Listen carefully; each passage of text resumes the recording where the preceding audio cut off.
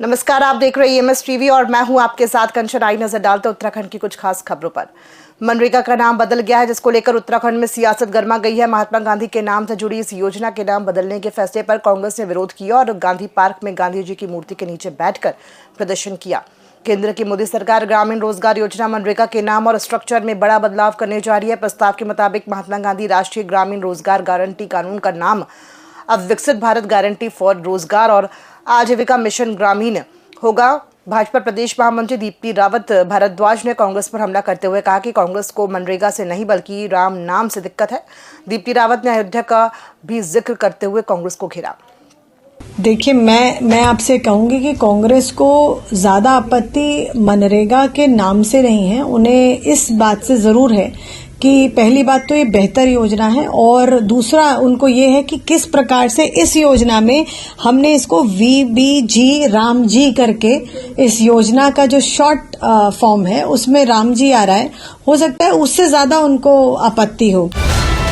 उत्तराखंड में शीतकालीन चारधाम यात्रा सुचारू रूप से संचालित हो रही है और श्रद्धालुओं की संख्या लगातार बढ़ रही है। अब तक बद्रीनाथ धाम के शीतकालीन गद्दी स्थल ज्योतिर्मठ में 907, केदारनाथ धाम के शीतकालीन गद्दी स्थल ओमकारेश्वर मंदिर ऊखी मठ में 4874, गंगोत्री धाम के शीतकालीन गद्दी स्थल मुखबा में 1553, जबकि यमुनोत्री धाम के गद्दी स्थल खरसाली में 656 श्रद्धालु पहुंच चुके हैं। इस प्रकार अब तक कुल 7990 श्रद्धालु शीतकालीन यात्रा के अंतर्गत अब तक चारों धामों के गद्दी स्थल पर दर्शन कर चुके हैं।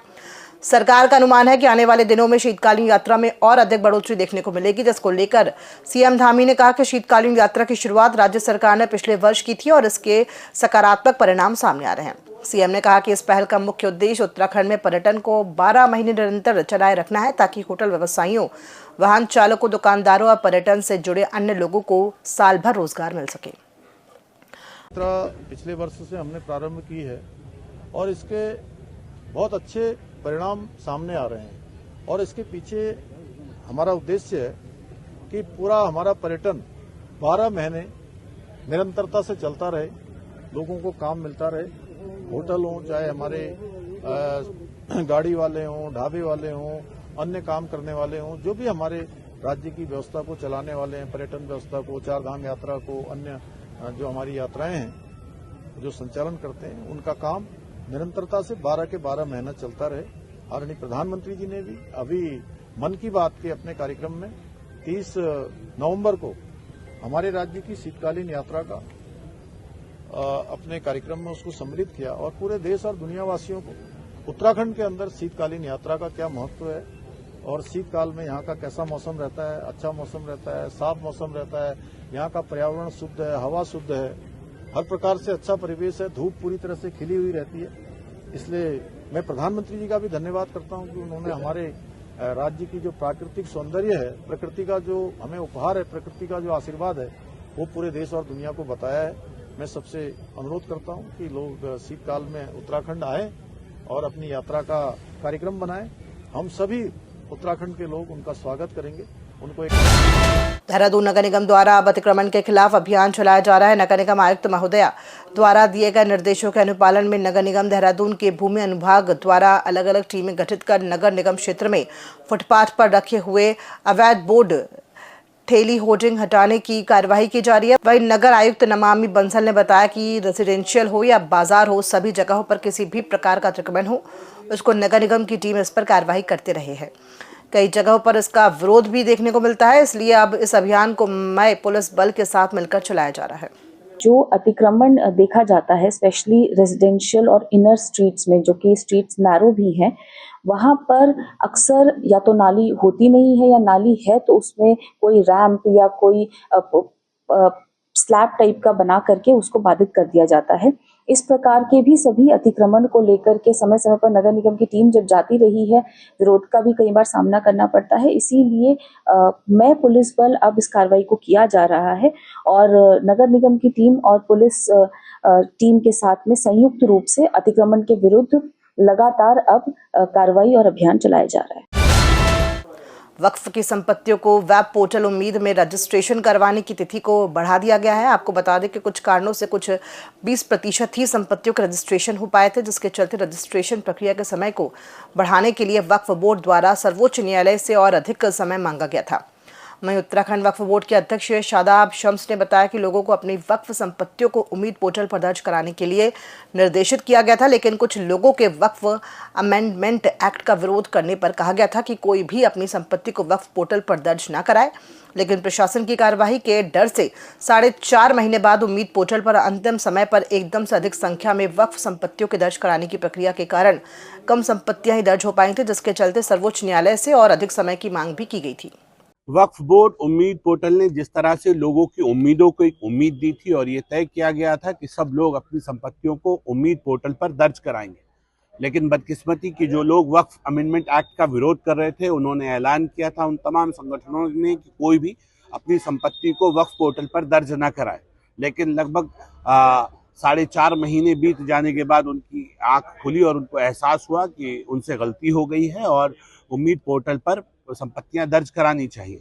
और फिर हबड़-दबड़ में लास्ट समय पे जो वक्फ संपत्तियां हैं वो दर्ज कराने का प्रोसेस शुरू हुआ, लेकिन उस 1-1.25 महीने में कम संपत्तियां दर्ज हो पाई। तो एक बहुत बड़ी संख्या वक्फ के संपत्तियों की वो अधूरी रह गई है जो वक्फ में दर्ज नहीं होती। तो माननीय सर्वोच्च न्यायालय लोग गए थे और वहां से सर्वोच्च न्यायालय से राहत मिली कि वहां समय बढ़ाने के लिए तो मना कर दिया था, लेकिन उन्होंने कहा कि सब अपने स्टेट ट्रिब्यूनल जाएं और स्टेट ट्रिब्यूनल वहां आपको समय बढ़ाकर देंगे। तो हम भी अपने वक्फ ट्रिब्यूनल गए था वक्फ बोर्ड, और गढ़वाल के अंदर हमें 6 फरवरी का समय मिला है और कुमाऊं के अंदर 15 मार्च तक का समय मिला है। और अब ये समय हम उम्मीद कर रहे हैं 1-2 दिन के अंदर हम दिल्ली जा रहे हैं और CWC के अंदर माननीय अल्पसंख्यक कल्याण मंत्रालय जो सेंट्रल वक्फ काउंसिल है वहाँ अनुरोध करेंगे कि जल्दी से जल्दी हमारा भी जो वक्फ पोर्टल है वो ओपन हो जाए, जिससे लोग जो संपत्तियां रह गई हैं उन्हें दर्ज कर सकें।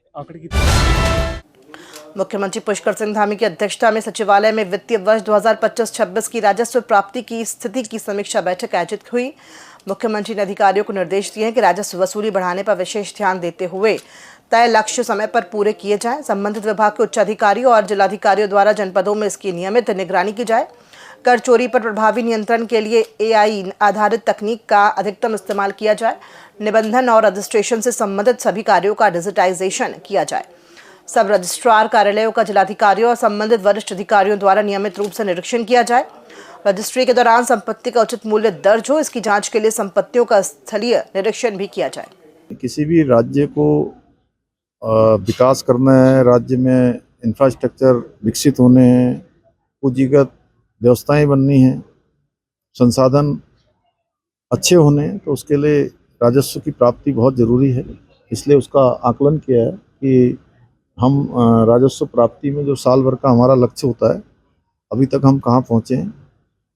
हमने लगभग अपने लक्ष्य के सापेक्ष, जो हमने लक्ष्य लिया था उसके सापेक्ष हम ठीक प्रकार से आगे बढ़ रहे हैं, और जो बचा हुआ समय है उसमें और व्यवस्थित करते हुए हम अपने लक्ष्य को प्राप्त करेंगे। विश्व अल्पसंख्यक अधिकार दिवस के अवसर पर उत्तराखंड के मुख्यमंत्री पुष्कर सिंह धामी ने अल्पसंख्यक समुदाय के अधिकारों, शिक्षा और आत्मनिर्भरता को लेकर सरकार की प्रतिबद्धता दोहराई। उन्होंने कहा कि प्रधानमंत्री नरेंद्र मोदी के नेतृत्व में देश भर में अल्पसंख्यकों के उत्थान के लिए कई प्रभावी योजनाएं संचालित की जा रही हैं। शिक्षा, रोजगार, प्रशिक्षण और स्वरोजगार को बढ़ावा देने के उद्देश्य से अब्दुल कलाम योजना और हुनर योजना जैसी पहलें अहम भूमिका निभा रही हैं। विश्व अल्पसंख्यक अधिकार दिवस के अवसर पर मैं सबको बहुत बधाई देता हूँ, शुभकामनाएं देता हूँ। और भारत के अंदर आज हमारे प्रधानमंत्री आदरणीय नरेंद्र मोदी जी के नेतृत्व में अनेक काम अल्पसंख्यकों के अधिकारों के लिए किए जा रहे हैं, उनके उत्थान के लिए किए जा रहे हैं, उनको रोजगार से जोड़ने के लिए किए जा रहे हैं, उनके बच्चों को अच्छी शिक्षा, संस्कार दोनों मिलें, उसके लिए अनेक योजनाएं संचालित की जा रही हैं। अब्दुल कलाम योजना से लेकर हुनर योजना तक जो है उनको आज रोजगार के क्षेत्र में, प्रशिक्षण के क्षेत्र में, स्वरोजगार के क्षेत्र में आज आत्मनिर्भरता की ओर बढ़ा रहे हैं। राज्य के अंदर भी हमने अल्पसंख्यकों के लिए अल्पसंख्यक शिक्षा में नया कानून लाकर सभी को एक समान रूप से उस कानून के अंदर लाकर सभी को लाभ मिले, सभी उस कानून के अंदर आच्छादित हों, सभी उसका लाभ उठाकर आगे बढ़ें। हम नया कानून उसमें लेकर आए हैं। समान नागरिक संहिता का कानून भी लागू किया है, जो हमारे अल्पसंख्यक बहनों के लिए निश्चित रूप से उनको तमाम कुप्रथाओं से मुक्ति दिलाने का भी काम करेगा। उत्तराखंड वक्फ बोर्ड अध्यक्ष शादाब शम्स ने कहा कि मैं अल्पसंख्यक होने के नाते भारत में अल्पसंख्यकों के हितों की हमेशा रक्षा की जाती है। भारत से इस तरीके की चीज अन्य देशों को भी सीखनी चाहिए। आज पूरे देश में अल्पसंख्यक दिवस मनाया जा रहा है, जो कि हर्ष का विषय है।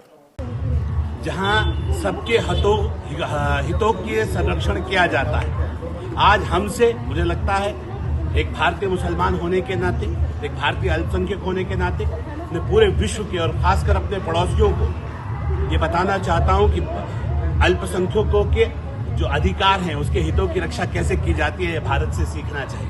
ये पाकिस्तान को भी सीखना चाहिए, ये बांग्लादेश को भी सीखना चाहिए कि कैसे अंतर्राष्ट्रीय अल्पसंख्यक अधिकार दिवस, जो यहाँ माइनॉरिटी है वो कहीं ना कहीं मेजॉरिटी है। और मैं ये कहता हूं कि पूरी दुनिया में न कोई अल्पसंख्यक हो न कोई बहुसंख्यक हो, सब वसुधैव कुटुंबकम के मानने वाले हो, पूरी दुनिया को सब अपना परिवार समझते हो।